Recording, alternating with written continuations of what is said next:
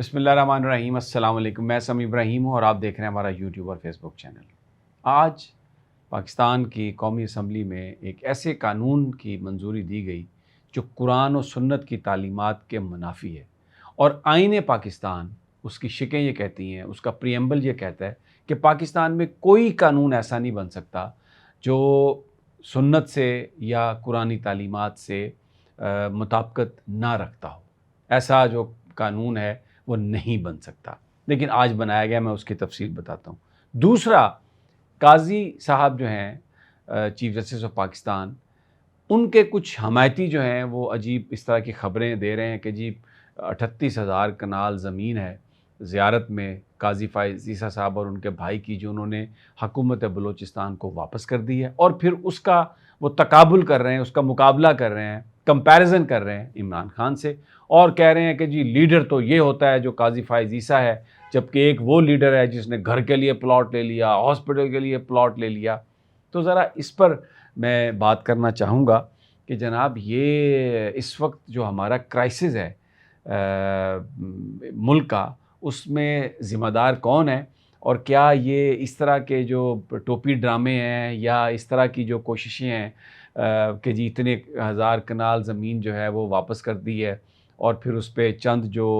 Tout نما صحافی ہیں وہ آ کے یہ گفتگو شروع کر دیں اور تقابل شروع کر دیں عمران خان کے ساتھ، جو 8 فروری کے انتخابات میں ثابت ہوا کہ واحد لیڈر ہے پاکستان کا جس کے چاروں صوبوں میں فالوئنگ موجود ہے۔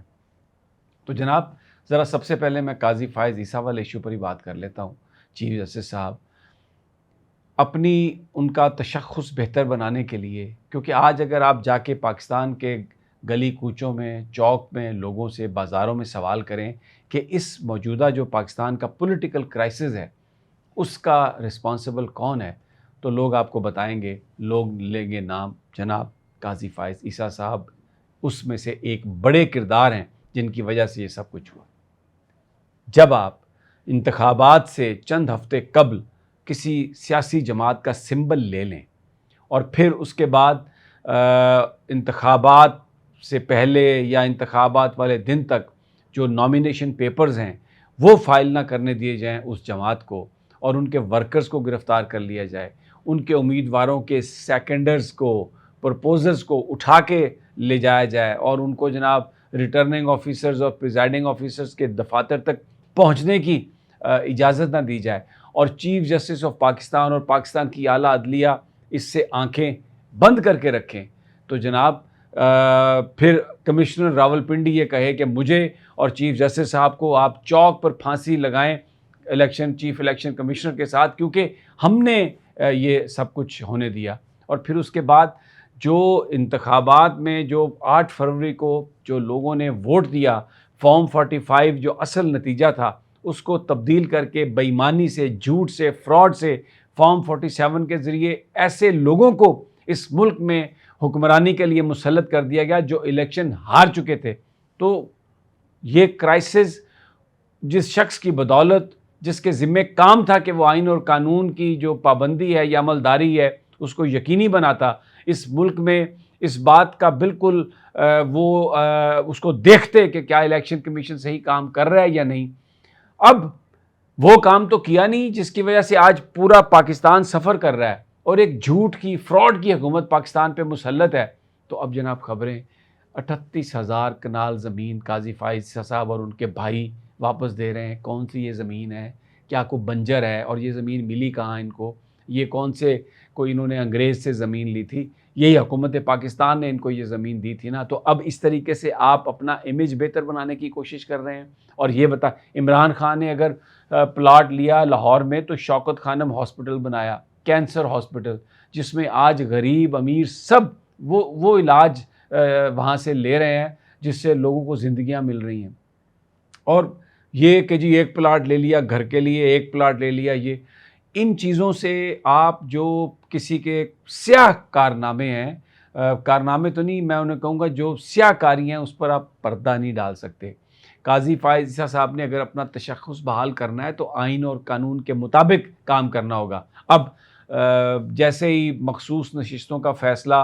آیا پی ٹی آئی کے حق میں اکثریتی 8 ججز نے یہ فیصلہ کر دیا تو قاضی فائز عیسیٰ صاحب فوری طور پر 2 ایڈ جج لے آئے، یہ بہانہ بنا کے کہ جناب یہ تو کیسز جو ہے نا ان کو ہم نے بھرتی کرنا ہے، اور جن ججز کو لے کے آئے ان کا ہم کو سب کو پتہ ہے، ہم جانتے ہیں کہ ان کا ٹلٹ کس طرف ہے۔ اور پھر اس کے بعد یہ جو لیجسلیشن ہے جو آج ہوئی ہے، جس کا میں ذکر کروں گا، جس کے ذریعے سپریم کورٹ کے اس فیصلے کو جس کے تحت پی ٹی آئی کو نشستیں ملیں گی، اس کو تبدیل کرنے کی کوشش کی جا رہی ہے، اس پر اثر انداز ہونے کی کوشش کی جا رہی ہے، جو کہ نہیں ہو سکتی، کیونکہ اگر ریٹروسپیکٹیولی اگر کسی چیز کو آپ نے اپلائی کرنا ہے، یعنی ماضی سے اپلائی کرنا ہے، تو اس کے لیے آئینی ترمیم چاہیے۔ آئینی ترمیم کے لیے آپ کو 2/3 اکثریت چاہیے، جو کہ ان کے پاس نہیں ہے۔ اور یہ سارا جو قضیہ ہے یہ کیا اس لیے جا رہا ہے کہ 2/3 اکثریت حاصل ہو جائے تاکہ چیف جسٹس کی مدت ملازمت میں اضافہ کر دیا جائے، سپریم کورٹ پر قبضہ کر لیا جائے، فیصلوں کو اپنی مرضی سے کر کے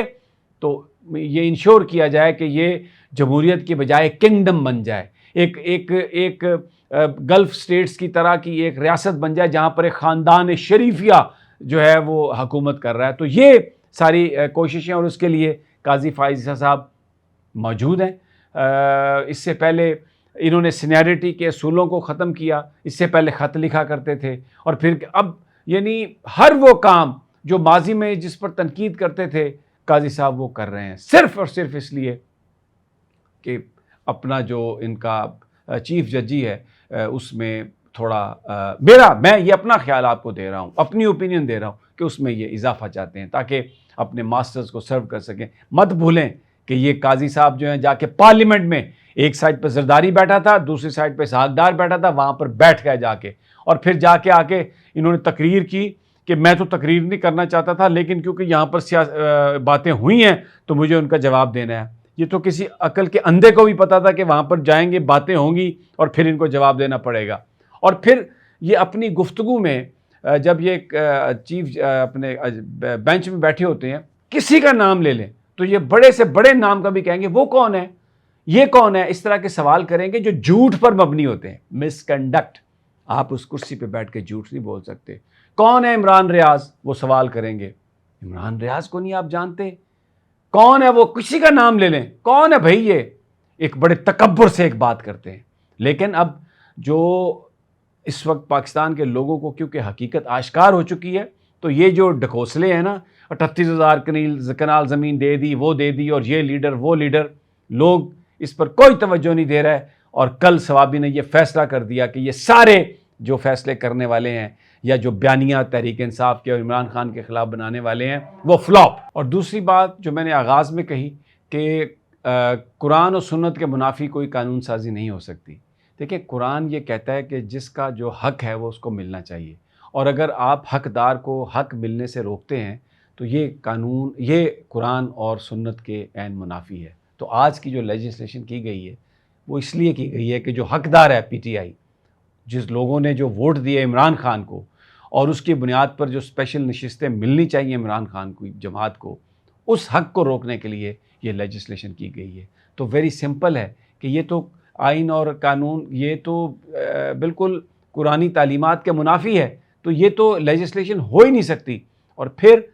اگر سپریم کورٹ کے فیصلے کو آپ اگر نہ مانیں تو یہ بھی ایک بہت بڑی خلاف ورزی ہے، اس لیے کہ حضرت علی رضی اللہ تعالیٰ عنہ کے زمانے میں ایک فیصلہ ان کے خلاف آ گیا تھا، لیکن یہودی کے حق میں آ گیا تھا فیصلہ، حضرت علی رضی اللہ تعالیٰ عنہ کا وہ کیس تھا، لیکن انہوں نے کہا کہ نہیں، قاضی کا جو فیصلہ میں اس کو مانوں گا، عدالت کے فیصلے کو مانوں گا۔ تو یہ جو چیزیں آج پارلیمان نے کرنے کی کوشش کی ہے، یہ بالکل یہ غیر آئینی ہیں، غیر قانونی ہیں، قرآن و سنت کے منافی ہیں، کیونکہ حقدار جو ہے اگر اس کو حق سے روکنے کے لیے کچھ بھی کیا جائے گا، قانون سازی کی جائے، طاقت استعمال کی جائے، اس کی اسلام میں گنجائش نہیں ہے۔ اجازت دیجیے اگلی ویڈیو تک، اللہ نگہبان۔